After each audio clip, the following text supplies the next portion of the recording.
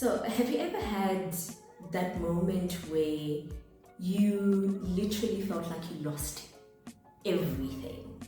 You felt like you lost everything and you received this surge, this rush of emotions. Everything just floods to you, whether it is feeling sad, or it is feeling angry, or it's feeling fearful of the future, or just the agonizing pain of knowing that things from now on are going to change, and they're going to change forever.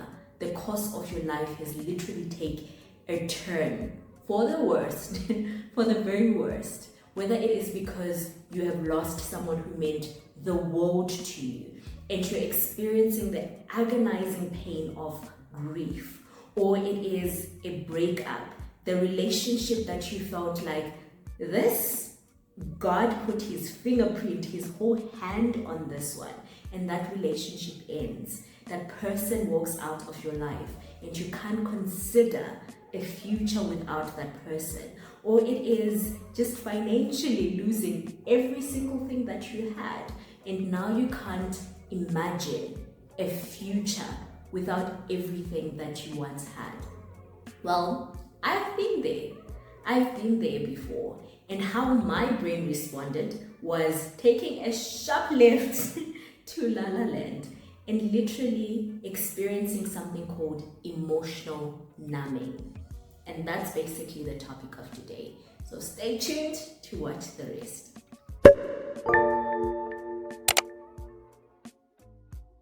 Welcome back to Thinking Out Loud with Ru. My name is Rutelo, and today we're going to be speaking about a topic that I love so dearly, which is emotional numbing. It's something that I've experienced in my past life and hopefully never again in the future. But you never know how the body responds to the traumatic experiences that we undergo, or even not even something traumatic. Sometimes it could just be grief, sometimes it could be loss, sometimes it could be stress that we experience, and as a result of it, then our brain chooses emotional numbing as a way of coping with the things that you're experiencing. So that's basically the topic of today. But just to catch you up, if you are new to this channel, this is Thinking Out Loud with Ru, a channel where we get to talk about everything adulting, where we get to talk about everything mental health, and also using the Bible is a way of navigating through some of the challenges that we experience as young adults, or as people just navigating life altogether.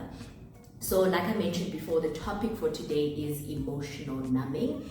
And I thought to talk about this because when I lost my mom, and I think I speak about this in every video, and at some point I will stop speaking about it, I promise, but it's an experience that is very, very imprinted within me. But anyway, when I lost my mom, it was just one of those moments where it felt very, very overwhelming. And the reason being, whenever I think about my mother was a person that I was very, very close to. And there was a moment where it was just me and my mom, because my sister was off at high school and he was in boarding school, and my dad was based in South Africa and working and just making sure that we have everything that we need financially. So there was a year of our lives where it was just me and my mom, because I was still in grade 7, I was at home, and I was doing my primary school. So we got to spend a lot of time, just her and I. And I feel like at that point in time, I could have easily said that my mother was my best friend, because we were speaking about anything and everything we did together. There was nothing that I didn't do with my mom. So she held a very huge place in my heart. And not only that, at that point in time, she was my primary caregiver, because she was the one that I was interacting with a lot, most of the time. So when I lost her, geez, that was hard. That was difficult. And you feel this flooding of emotion, of sadness, of I don't understand what life is even going to be, because everything before this moment always had her. So the very concept of imagining a future, it was not there. It was not there. And it was frightening as well, because when you start to even imagine a future with a person who held such a big part of your life, it's difficult to even conceive of what would that look like.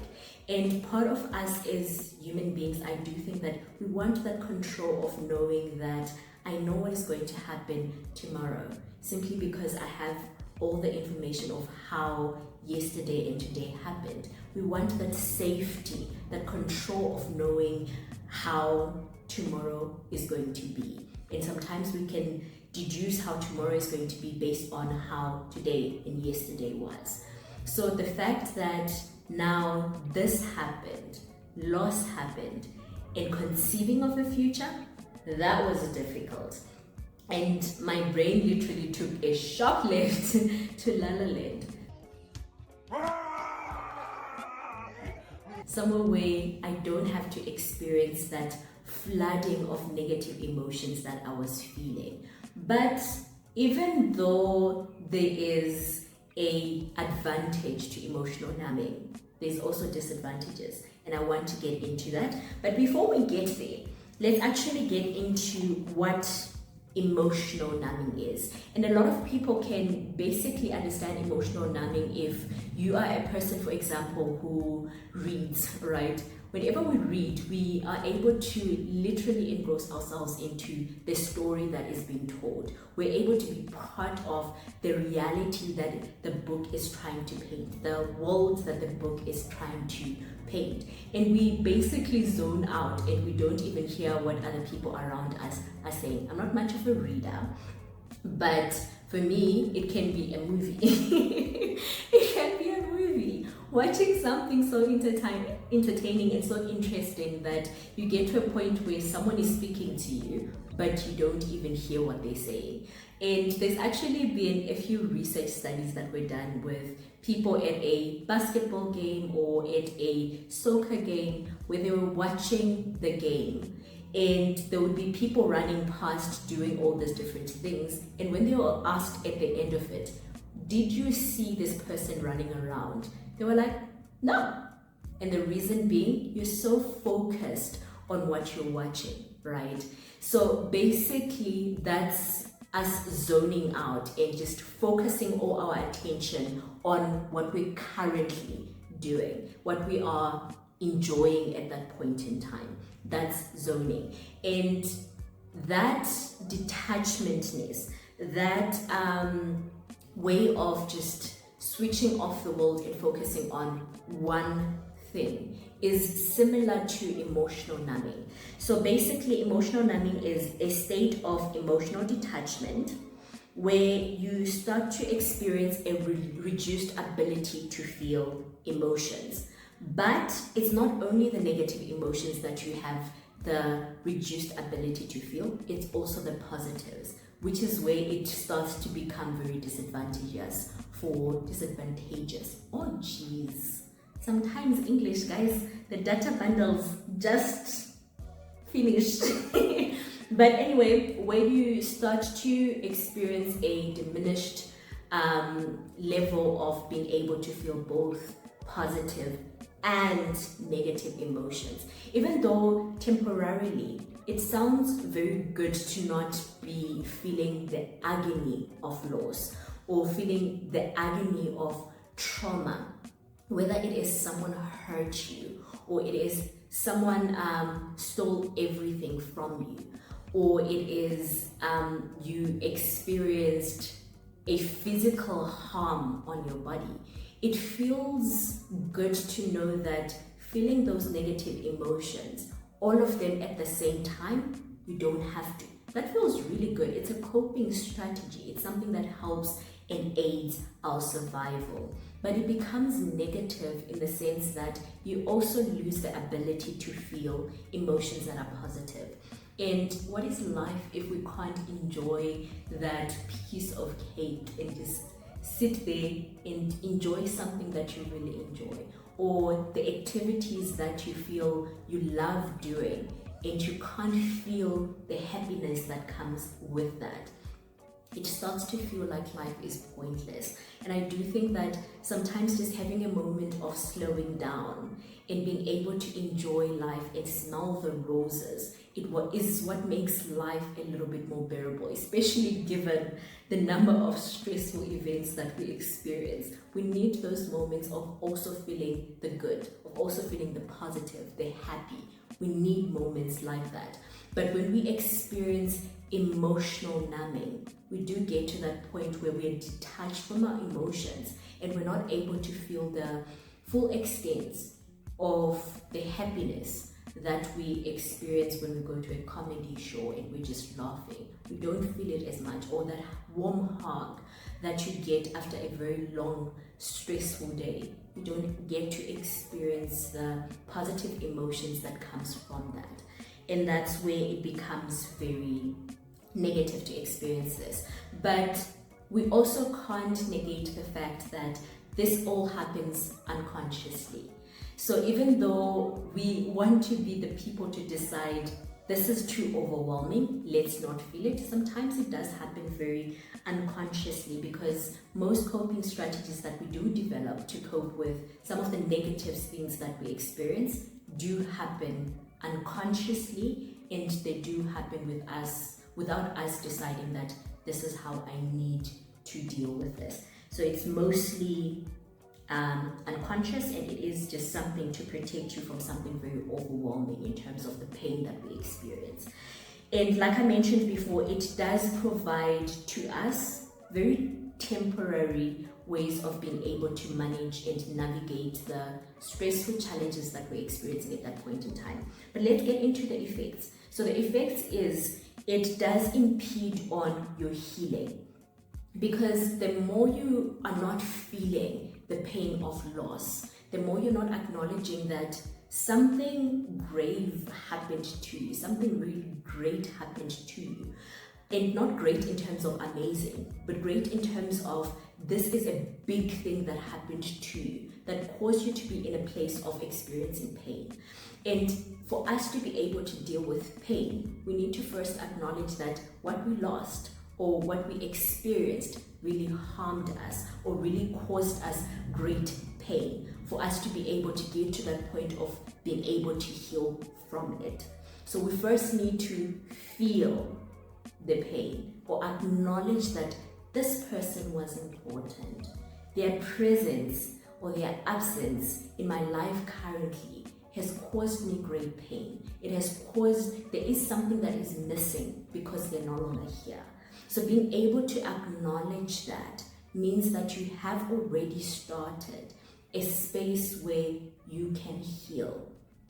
But when we sort of take a sharp left to not experiencing any emotion at all, that's when we're also putting a halt or stopping the healing process. So sometimes there is a benefit for us feeling the fear, for us feeling the sad, for us feeling the agony, because only by walking through the storm are we able to get to that point of experiencing the rainbow.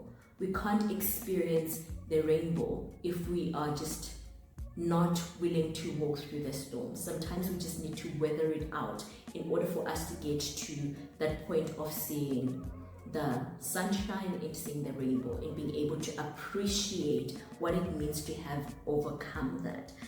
And there is also the effect that if we are not able to feel both the positive and the negative, it does get to a point where it starts to affect our relationships, where we are not able to maybe not as much appreciate what other people are doing in terms of the sacrifices that they're making to make sure that we have everything that we need, because we have that impediment in our ability to experience joy, in our ability to experience the positive emotions. So as a result of it, the relationships that we have also tend to suffer, or because we're not able to feel the joy that comes into some of the things that we used to enjoy before, then we stop doing those things because it's not bringing the same level of emotion.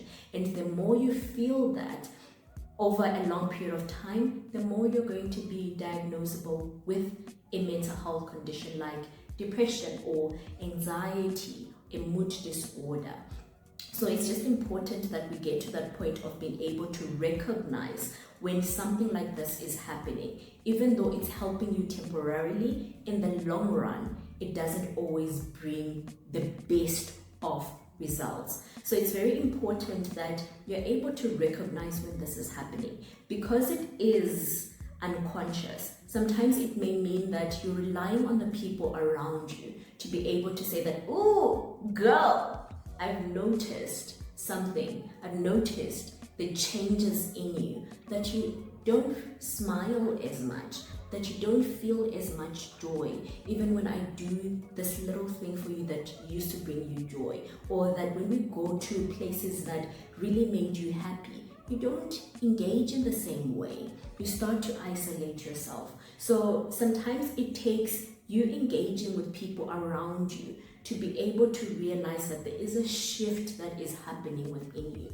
But I do think that it's also up to us to really know ourselves, know how you react on a regular in terms of if something good happens, how does that usually make you feel on a regular? And if you start to see a change in that, then it means that, oh, maybe I might need to get help from a professional. Because sometimes we also need to admit to ourselves that we do need people. Because like I always say, we don't exist as islands. That means that the resources that are in our communities, the resources that we have within our circles, we need to be able to utilize those when we need them in order to get to that point of healing. But I also wanted to speak about some of the things that you can do for yourself, by yourself, individually, to be able to get to that point of just resetting your nervous system, to be able to get your body to experience emotions again. Because I do think that the mind and the body are always very, very connected. There is a huge connection between the two of them. And sometimes by knowing how to care for your body, knowing how to engage with the people around you, then you are able to get to that point of resetting your nervous system so that you're able to feel things again in a healthy way, both the positive and the negative. Because unfortunately, because life does have stressors, it means that we are going to be experiencing the negative emotions, even though they are uncomfortable and sometimes unwanted, very much unwanted and unpleasant. Sometimes it is part of life that we experience both, because you don't want to be the person who is losing someone and not experiencing anything, because those people meant something to us. So it's okay for us to be in a place of crying or being distraught about certain things that happen to us. So it's okay for us to experience negative emotions. So the first thing that I want you to do is move, exercise. And it doesn't always have to look like going to the gym or going for long walks like I do. Sometimes it can just look like putting on some music and dancing. I haven't done that in a long time, but I usually just put on some music and sing. Because whenever we do that, our bodies release all these chemicals into our systems, into our bodies, that help us to feel a little bit better. It resets your nervous system, which is what is good about it. And it's also good to stay connected, not only for the reason that sometimes people just make us laugh and they just cuddle us, and it allows us to feel connected, and it allows our brains to release all these chemicals that make us feel loved and cared for and wanted. But it's also because sometimes by being around people, they're able to tell you that, oh, I see there is something wrong here. I see that you need to speak to someone. So sometimes relationships are also a way of us getting to see that, did something change within me? Is there something that I need in terms of help to get to that point of healing? And it's also good to be in a space where you're working on minimizing the stress that you are always exposed to. And sometimes it means that we really need to create boundaries, whether it is with work or it is with family, or getting a little bit more help to get to the point where you're reducing the level of stress that you encounter on a everyday basis. So it's just important that you start to work on some of those things that might be stressful for you. And sometimes it might mean for a season, whilst you're experiencing and growing through what you're going through, that you get a little bit more help for that season until you get back on your feet again. Because we also need to admit that sometimes we do have a lot on our plate. And because we do have a lot on our plate, we don't always give ourselves the space that we need in order to process. So sometimes it just means that we need more time to process. And in order for us to get that time to process, we may need to get more help from the people around us or through outsourcing help where it is available. And the next thing I have here is it's important to rest. And that's one thing that I'm learning in this season of my life, simply because I'm not very good at resting. But resting actually allows your body to just have a little bit of a reset, because your brain literally goes through so much. It goes through so much. And sometimes in order to just give you the reboot that it needs that moment of just shutting down. So for a lot of women, we actually need more sleep than men, simply because that's how the bodies of women are built. So it means that you need to be sleeping a little bit more. So pay more attention to how much rest you're actually giving your body. So not just sleep, but rest, moments of just doing nothing. Because I'm a person who sometimes, because I just want to keep my mind distracted, I end up doing too much. So sometimes be aware when you're doing too much, so that you're able to bring yourself back and be like, listen, I need to take a step back and I need to rest a little bit. I need to just sit down and do nothing, or sit down and just process the memories that we're happy and think about not just the grief, but the happy moments too. And sometimes that's what brings you back to a balance. And finally, take a look at the foods that you're putting into your body. So eat well, eat nutritious foods, because sometimes that's exactly what our bodies need in order to get to that point of helping you to feel your best. So what we can do most of the times is just being present. And that's the final point that I actually have here. Have moments that allow you to be present. Things that force you to not think about the next step, not think about what am I going to do tomorrow, what am I going to do after this, but things that force you to be in the present. And sometimes it goes back to practicing those things that soothe your five senses, right? So for me, sometimes just to be present, I like eating. It's not soul foods, okay? So I just like eating, what is it called? Rusks with yogurt. And simply because it takes me a while to be able to chew through rusks, because they are, yeah, it is what it is. They're biscuits that are hard and it takes a while. So because it's not something that you can do in a rush, it literally forces me to be in a place of just being present in the moment, where I'm not rushing to do the next thing. And sometimes that's what we need. Sometimes we just need the little small activities that help us to be mindful, that help us to be present, so that we're not constantly jumping into the next thing. So I hope this helps you if you have been someone who struggled with emotional numbing, because it has certainly helped me. Tune in again next week. Thank you so much for stopping by. And thank you so much for just sitting through this entire video. Please do leave a like and a comment. We'll see you again next week. Bye for now and stay blessed.